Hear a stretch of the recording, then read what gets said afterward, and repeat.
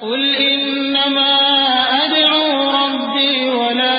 اشرك به احدا قل انی لا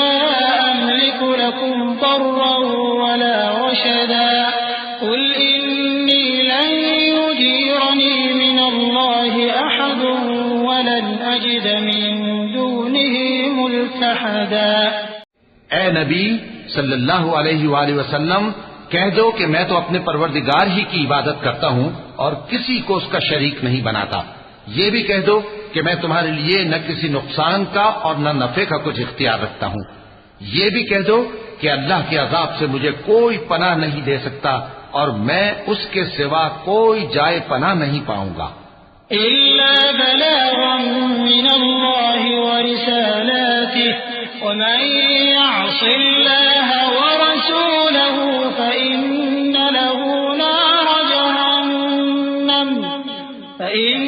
له نار جهنم خالدين فيها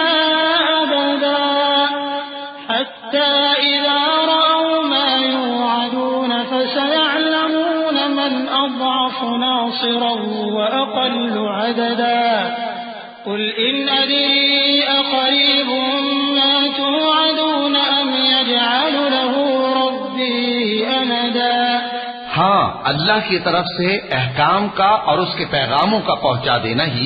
میرے ذمہ ہے، اور جو شخص اللہ اور اس کے پیغمبر کی نافرمانی کرے گا تو ایسوں کے لیے جہنم کی آگ ہے،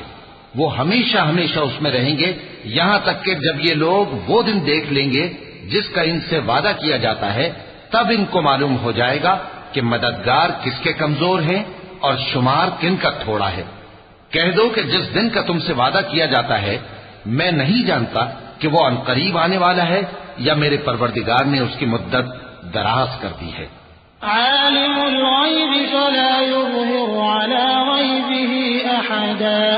الا من ارتضى من رسول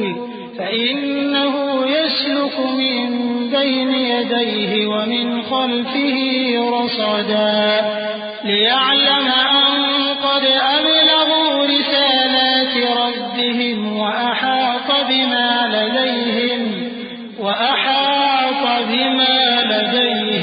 وأحصى كل شيء عددا۔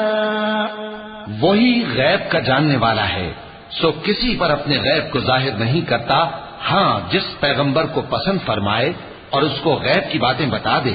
تو اس کے آگے اور پیچھے نگہبان مقرر کر دیتا ہے تاکہ معلوم فرمائے کہ انہوں نے اپنے پروردگار کے پیغام پہنچا دیے ہیں،